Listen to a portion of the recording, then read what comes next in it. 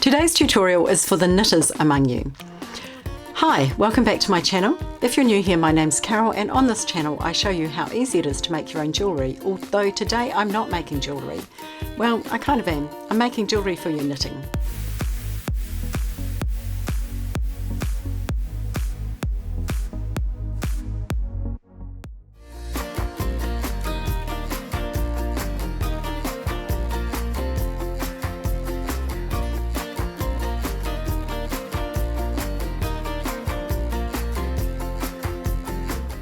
I got a phone call last week from a customer who wanted to make a knitting row counter, and after a bit of chatting we decided that I would do a tutorial so she would know everything she needed and how to make one. And so today I'm going to walk you step by step through the process of making a knitting row counter. In fact, this is a twofer. I'm going to make two. The first one I'm going to make is a really basic one, nice and easy, so that anyone can make it, even beginners. So what I have in front of me here is the materials you will need to make the beginning or the easy one. I have 21 of these 8mm cat's eye beads in varying colours, so these come in a mix, so I just chose some, basically a mix of colours. I have some acrylic number beads here, 1, 2, 9 and a 0. I've got two little silver stardust beads, these are 4mm. I've got a 17mm lobster clasp. I've got 10 10mm jump rings. I've got one 5cm head pin, and I've got two charms. And if we take a look at this one, it's very appropriate because it says Knitting Diva. And this one is a Helping Hands charm. I'm also going to be using some 20 gauge wire. In terms of tools, I'm going to be using my chain nose pliers, I'm going to be using my flush cutters, and I'm going to be using my one-step looper, but if you don't have a one-step looper, that's okay because you can use your round nose pliers. The first thing I'm going to do is take a piece of my wire, and I'm just going to cut a piece off about 5 centimeters. And I'm going to take my one-step looper and I'm going to make a loop in one end. Now if you haven't used a one-step looper before, they are a magical tool. I just love using my one-step looper. You can see how easy it was to make that loop, but I will show you how to make it without the one-step looper as well. Just going to give that a bit of a squeeze because it's not sitting quite flat. Now what I'm going to do is I'm going to take one of my beads here and my 8mm beads, and I'm going to thread it on. Then I'm going to take my, I'm going to take my 0 and I'm going to put that onto my wire as well, and then another bead, and I'm just going to use a purple one this time, so just mixing it up with colours. If you wanted to, you could make them all the same colour, it's fine. And I'm going to use the one-step looper to make a loop in the other end. So to do that, I'm just pushing the beads up by pushing on the loop with my thumb and pushing the bead right up to the jaws there and squeezing.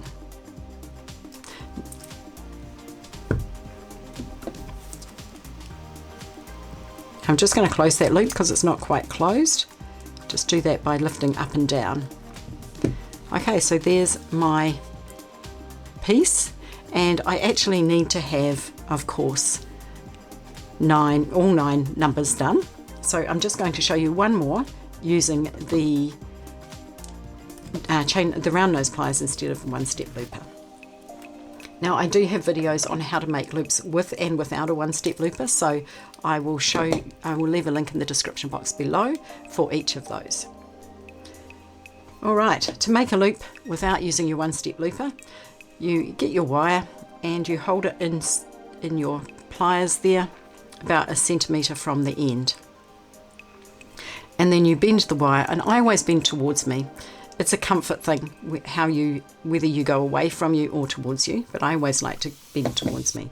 Now I'm going to so I've got a nice right angle. Now I'm going to take my pliers and I'm going to hold the wire between the jaws, and I'm going to run my finger over the top because I don't want it sticking up. And I'm just going to twist away from me. And as I said, it's a preferential thing whether you twist towards you or away. So you twist as far as your hand can go, and then you readjust your pliers and twist some more.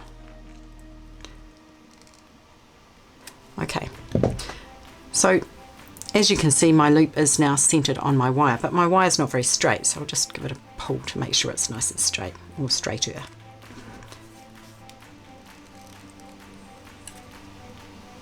Okay, and now I'm going to put the beads on. I'll go with navy blue this time, and I'm going to use my 9. Now you'll notice that the 9 and the 6 beads are the same, so one's upside down. Just make sure you are careful about getting them on when we make it up the right way. Okay, so there you go. Now to make the loop in the other end, what you do is you take your fingernail or your thumbnail and you push it right in to the end there, and then you bend the wire over so you've got a nice right angle. Then you take your flush cutters, and using the flush side of your cutters, you cut that wire at about 1 centimetre from the end, and you can measure it if you feel unsure. About there. Now holding both ends, I'm just going to cut it. Then I'm going to take my round nose pliers, and it's exactly the same process, just using your round nose pliers to make your loop. And there we go. As I said, watch the video if you've never done it before, and that way that will explain everything. Now, because I wanted to make 2 of these today, I thought that I would already preempt some of this. So I'm just going to move some supplies out of the way, and then I'm going to show you what I've already done. Okay, so I'm going to take my large jump ring. It's a 10mm, and this is quite a sturdy gauge one. And I'm going to take my pliers on either side and twist up and down so that I open my jump ring. And I'm going to pop on my number 1 and my number 2. And I'm just going to close that up by reversing that process.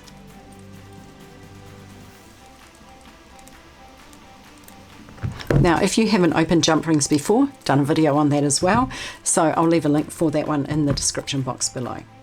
So what I'm going to do is I'm going to join all of these together using that same technique. Okay, so now I've got all of my pieces joined together, and you can see that I started with a jump ring and I went 1, 2, 3, so there's a jump ring between each one, except there's no jump ring on the end of after the 0. So I forgot to tell you that I needed 2 small 2 6mm jump rings as well. Sorry about that. And so what I'm going to do now is I'm going to add a little charm to this end by taking my 6mm jump ring and opening it in just the same way as I did with the large ones. And I'm going to pop it on to that end, and I'm going to pop my Knitting Diva charm on there and close it up.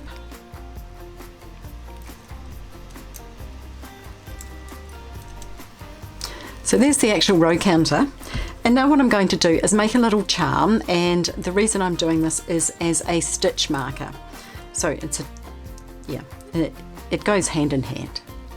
And so I'm going to take one of my beads and these 2 silver stardust beads, and I'm going to thread on 1 stardust bead, one of my cat's eyes, and another stardust.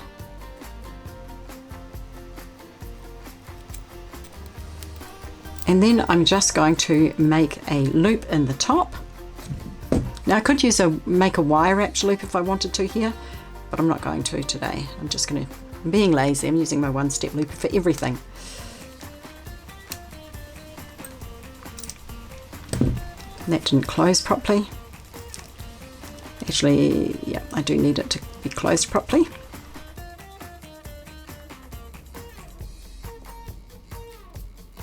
And now I'm going to take my jump ring and my 2 pairs of pliers, open my jump ring, pop on that loop, pop on the clasp, and I'm also going to pop on my little helping hands charm, And there's a lot in that little jump ring, so just going to close it carefully as best I can.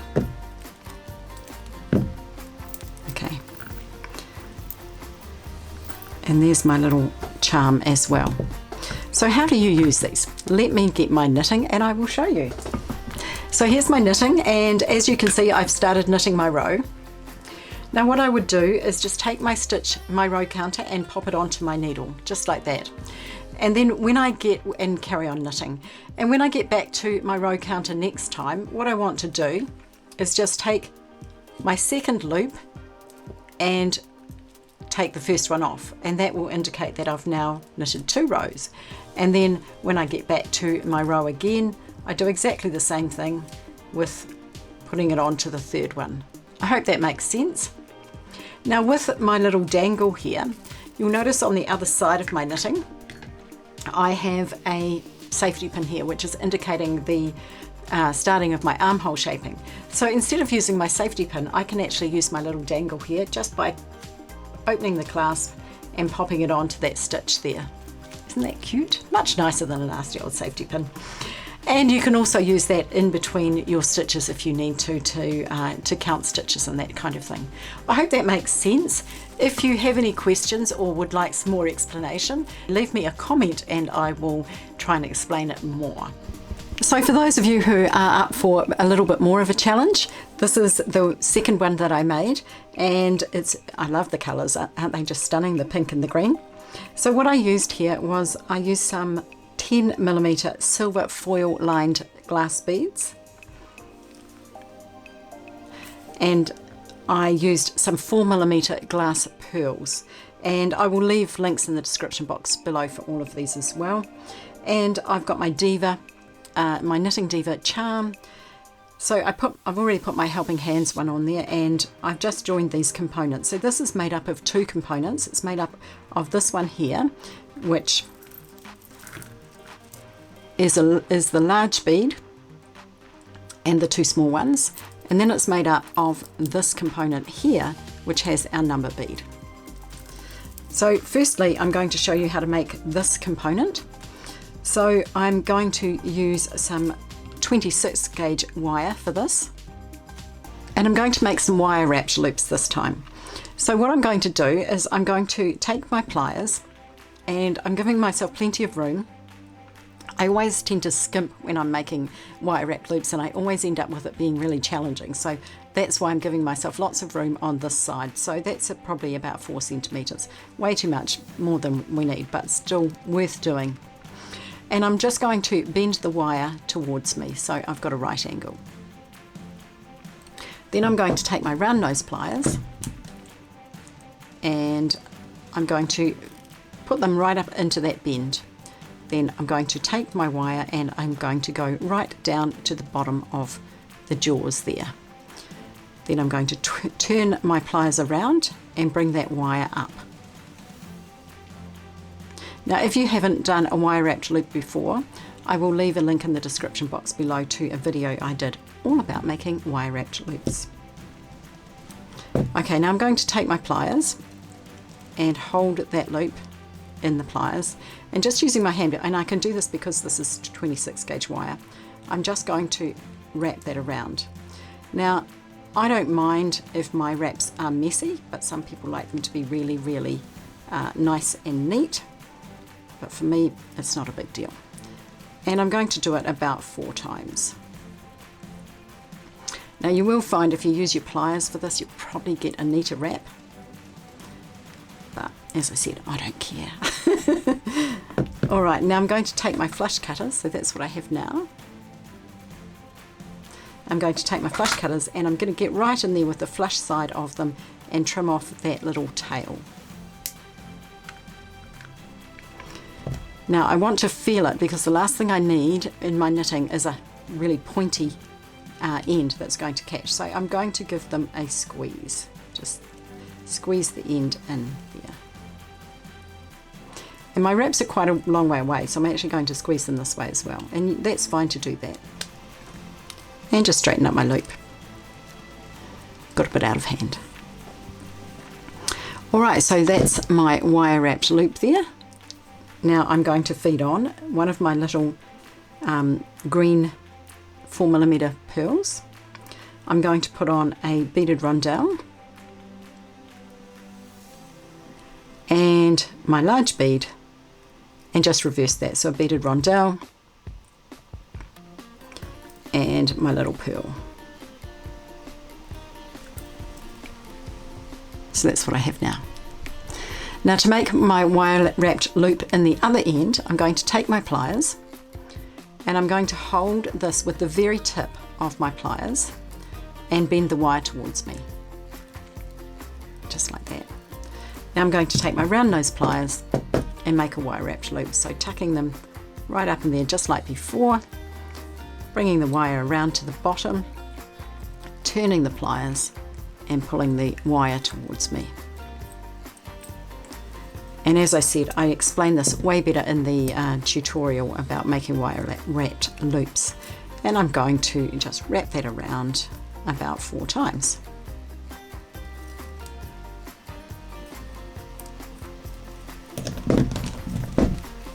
And get right in there with the tips of your pliers and cut that end off. I'm just straightening it up. It's a bit wonky. I find working with 26 gauge wire much more challenging than working with the fatter wires or the heavier gauges, just because they bend all out of shape, but that's okay. You can always fix it. So that's what I have now. And then I'm going to show you how to make the little dangle with the number. So here I have a little ball pin. It's 5 centimeters long and it's got a tiny ball on the end as opposed to a flat head. And I'm going to thread on a little pearl, one of my little rondelles, my number bead, my beaded rondelle again, and my pearl. That's what I have now. Now I'm going to do exactly the same thing again. I'm just going to take my pliers and make a little bend, just holding it right at the top of that bead, and bend the wire towards me and make a wire wrapped loop, just like before. Now this one is a little bit more challenging because you don't have as much wire to work with. So I'm going to actually do this with my pliers.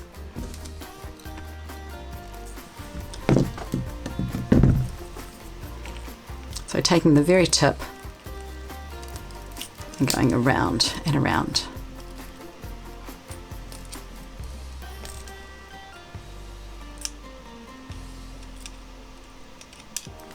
Oh, I've lost the end. Where is it?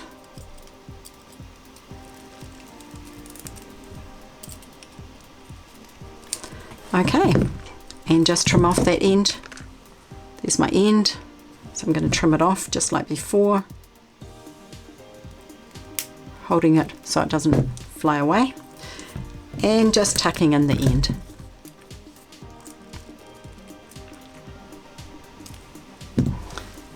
So that's what I have now. Now I'm going to put it together. So my 0 goes next to my 9 here. So taking my 10mm jump ring, both pairs of pliers, just like I did in the last tutorial with the easier one, opening it up,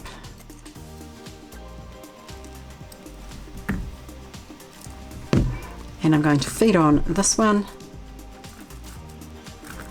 and my little dangle and my last one. Then I'm going to close that jump ring, just like before. So now we've got 1, 2, 0, and all I need to do is finish it off. Now you'll notice this one has 2 lobster clasps rather than the rings on the end. It's just a personal preference thing. I just thought I'd do something different. So I'm going to take my pliers and my 6mm jump ring, open it up, and I'm going to feed on my components, and then I'm going to feed on my charm and my lobster clasp and then close that jump ring up.